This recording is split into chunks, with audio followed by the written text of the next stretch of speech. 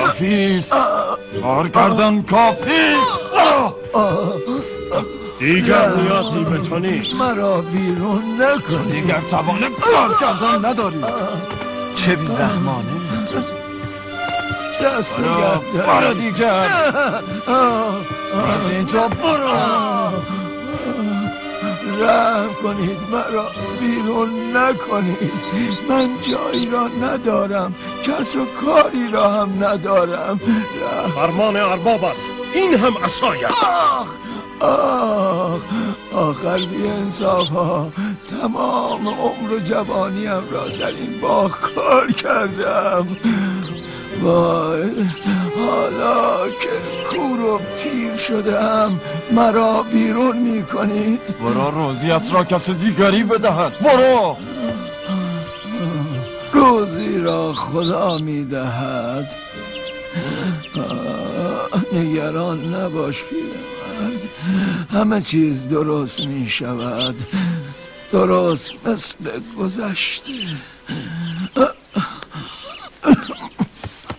ها؟ چرا ایستاده اید و نگاه میکنید؟ مشغول شوید. کار کنید ببینم. کار کنید تنبلای مفتخور. پس گفتی نخلستانش بزرگ است. آری. بخور بخور. ارباب بالاخره پیرمرد را بیرون کردیم. ما که نون مفت نداشتیم به کسی بدهیم. آری درست است. مفتخور کمتر سود بیشتر. وقت آن است که نخلستان جمیل را هم خریداری کنیم.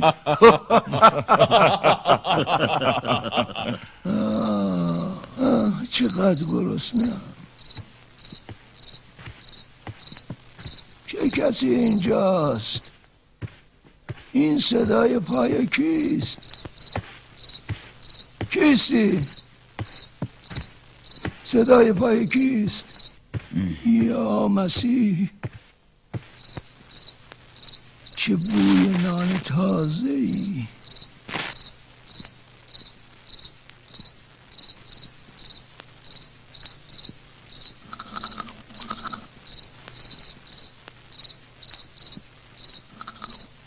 سپاسگزارم.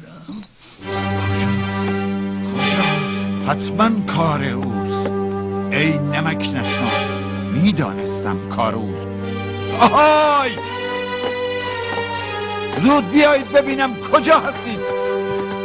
ارباب، هرچه سریعتر آن پیرمرد را پیدا کنید. انگشتریم را با خود برده است. ارباب او نابیناست. این چه حرفی است؟ دوست که کور و بینا ندارد. هرچه سریعتر آن نمک نشناس را پیدا کنید. ارباب شب است، بگذارید فردا صبح تا هوا روشن شود. همین الان بروید و تا او را پیدا نکرده اید به اینجا نیایید. الساعه اطاعت. آخر چگونه توانست انگشتریم را با خود ببرد؟ چه چیزی را حلال کنم؟ نگفتی کیستی؟ کجا می روی آقا؟ به من نان و خورما می دهد، سپس از من حلالیت می طلبد. هر که هستی خدا از تو راضی باشد که نابینای گرسنه ای را سیر کردی.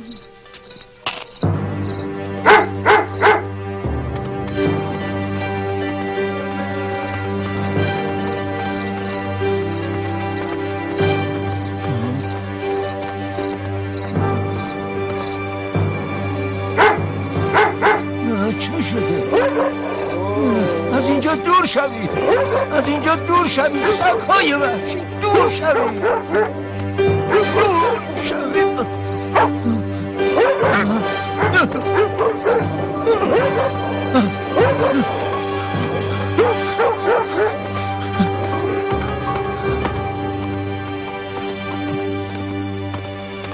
پیرمرد کجاست؟ نباید زیاد دور شده باشه. او که کور بود چگونه انگشتر ارباب را پیدا کرد و برد؟ مگر یادت نیست چگونه با دستانش سبزه ها را لمس می کرد و نگاه کن. ها؟ او اینجا بوده. این هم تکه های پیراهنش. بهتر است موضوع را به مردم محل اطلاع دهیم. همچنین از سربازان خلیفه خواهش کنیم تا او را بیابند. میگوییم او دزدی کرده. درست است. اینطوری پیرمرد را زودتر پیدا می کنیم. آری، برویم.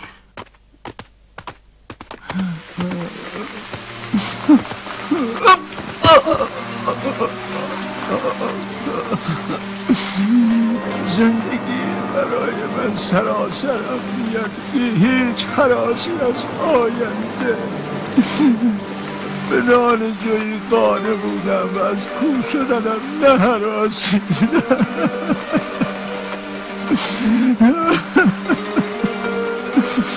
حال مگذار که به زندگی بی اعتماد شوم. در این درماندگی و بی سرپناهی آبروی منو حفظ کن تا مجبور به گدایی لقمه این نان نشوم. بایستی هرچه سریعتر او را پیدا کنیم. مشخصات آن پیرمرد چیست؟ او پیرمردی است کوتاه قد، چاق و نابینا. اگر او را دیدی خبرمان کن. دیشب هم در خرابه های اطراف همین بازار استراحت کرده، اما حالا آنجا نیست. نگفتید از او خطایی سر زده؟ بایستی او را پیدا کنیم. این فرمان خلیفه است. بله.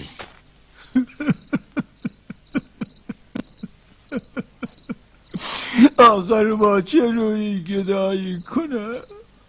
چرا آخر عمری همه چیز خراب شد؟ آن پیرمرد را میشناسی؟ نه نمیشناس.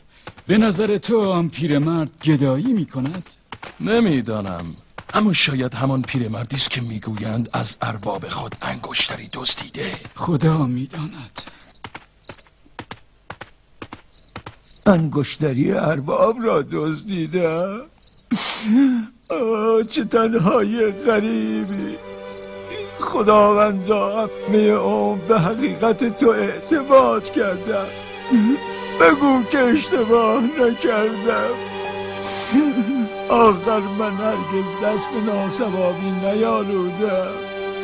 پس دلیل این اوضاع چیست؟ رشید، برو هرچه سریعتر آن دو را مطلع کن.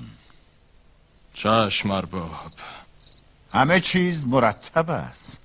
آری، خصوصا بعد از خرید نخلستان جمیل. آری، چنین است. به یک فریب خورده کمک کنید. بی سرپناه و گرسنه‌ام. کافیست. به عیسی مسیح قسم که من دزدی نکردم. درست است، خودش است. تو همان شخصی هستی که 2 شب پیش در خرابه اطراف شهر تنها بودی؟ آری، اما در تمام عمرم دزدی نکردم. آیا کسی به شما نان و خرما داد؟ نان و خرما؟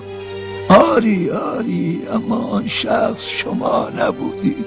او دستانی پینه بسته و قدرتمند داشت و از من حلالیت می‌طلبید. آری، او خلیفه بود و ما سربازان او هستیم و چند روزی است در جستجوی شما هستیم. خلیفه بیان داشتند که شما را هرچه سریعتر بیابیم و بگوییم که اگر به اوضاع شما دیر رسیدگی شد او را حلال کنیم. علی ابن ابی طالب از بیت المال برای شما مقرری تعیین کردند که هر ماه به شما تعلق می‌گیرد. اما من که مسلمان نیستم، من نصرانی هستم. و ما نیز به همین نشانه شما را شناختیم. خدا نگهدار. خدا نگهدار. ببین، پیرمرد آنجاست. برویم آن دزد را بگیریم. بایستید. چه شده رشید؟ ارباب گفتند انگشتریشان را پیدا کردند. به نخلستان برگردید. میدانستم در پیری آفت فراموشی گرفته. امیدوارم آفت و بلا به باغش نزند. امیدوارم. در آن صورت ما بیکار میشویم و ارباب ما را اخراج میکند. بهتر است برویم. ارباب منتظرمان است. من هیچگاه تنها نبودم. میدانستم که تو مرا از درگاهت اخراج نمی کنی. خداوندا مرا ببخش.